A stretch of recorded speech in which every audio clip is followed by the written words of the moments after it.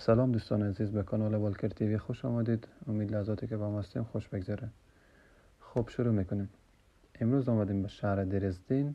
این شهر مرکز ایالت زاکسونی آلمانه و در کنار رودخانه الب به نزدیکی مرز چک قرار داره. این شهر از ابتدا همواره دارای جذابیت‌های فرهنگی و هنری با شکوهی بوده، اما درزدین در اثر جنگ جهانی دوم کاملا نابود شد. اما کوشش و تلاش بسیار در جهت بازسازی دوباره و باعث شد که شهر دوباره پس زیبا شه. اهمیت فرهنگی درزدین از این واقعیت میتوان سنجید که در کل امی دره الب یا کل امی ساحل رودخانه الب از سوی کمیته یونسکو برای مدت 5 سال به رسمیت شناخته شد و حتی در سال 2006 میلادی جز مکانهایی که در معرض خطر قرار داده قرار گرفت. درزدن یکی از بزرگترین شهرهای تاریخی اروپایی که در کنار رودخانه البه قرار گرفته. این مکان مقر فرمانروایی ساکسون تقریبا از قرن 12 به بعد و اکثر کسایی که اینجا فرمانروایی کردن و یک زمان پادشاهی داشتن یک چیز تاریخی ساختن. جاذبه‌های گردشگری زیادی داره درزدن، من جمله چند تا لیست بر نام میگیرم.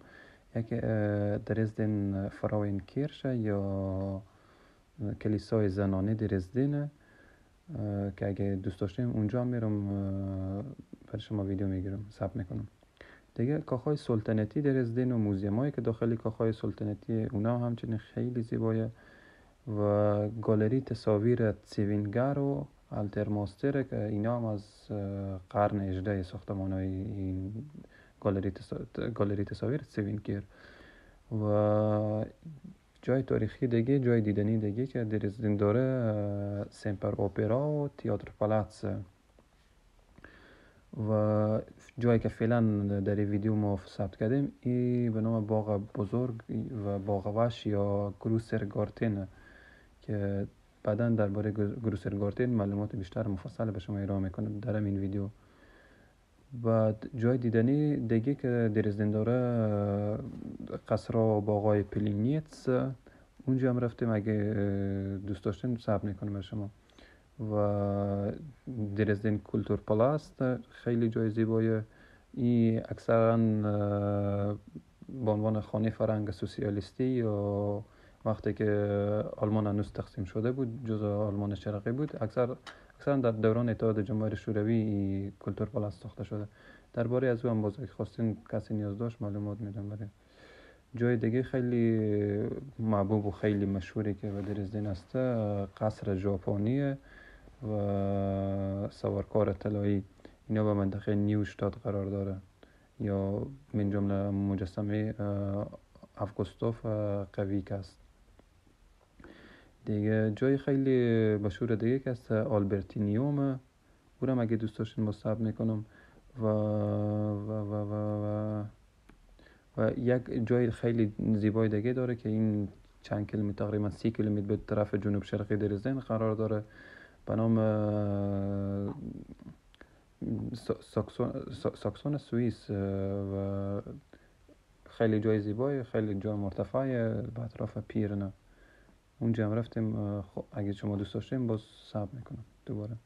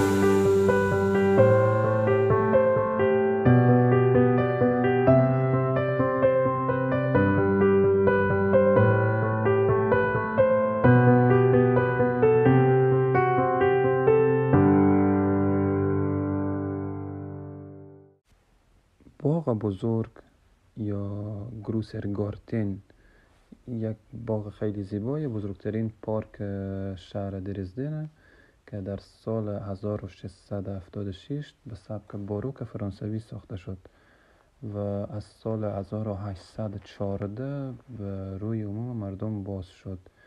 قصری که شما در تصویر میبینید به نام زومر پالایس یا قصر تابستانی بین سالهای 1678 تا 1683 ساخته شده و یکی از قدیمی ترین قصرهای سبک باروک در کل آلمانه.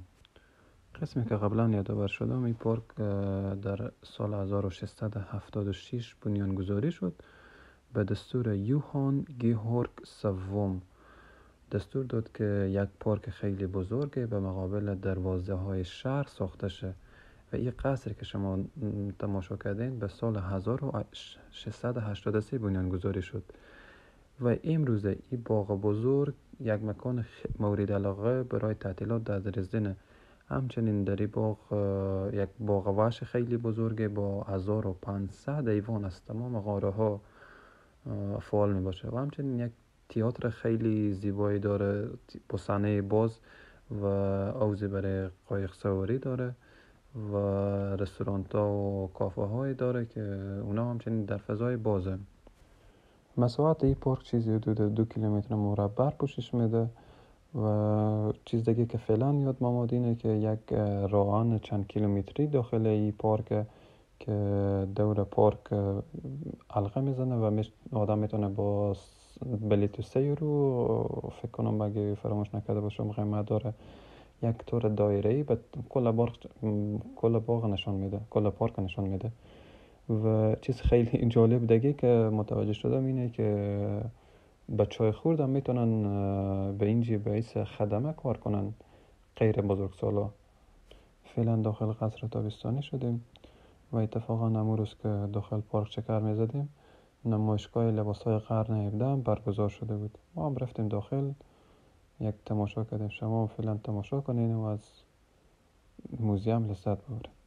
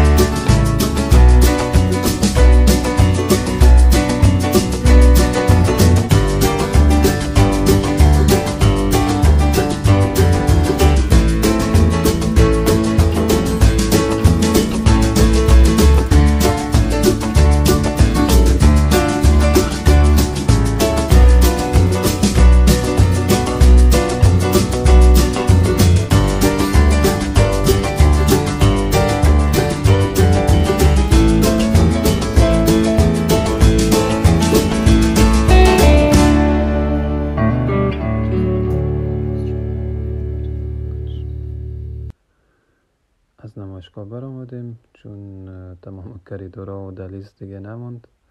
همه دیدیم و تماشا کردیم. امید که شما هم از تماشای این نمایشگاه جالب لذت برده باشین و بیرون شدیم چکر و این نمایندگی از طرف خروجی این پارک است. بازم با ما همراه باشین، از تصاویر لذت ببرید.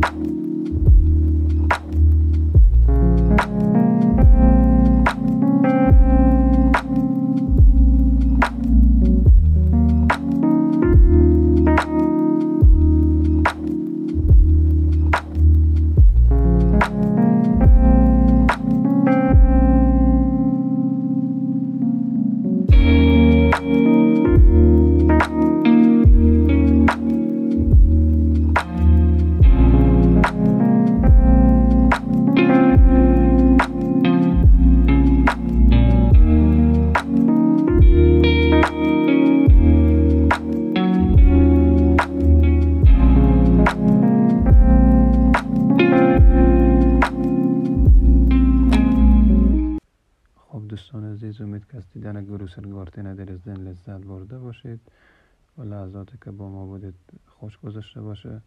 لایک و سابسکرایب فراموش نشه. تا دیدار بعد شما به خدای مهربان میسپارم. خداحافظ.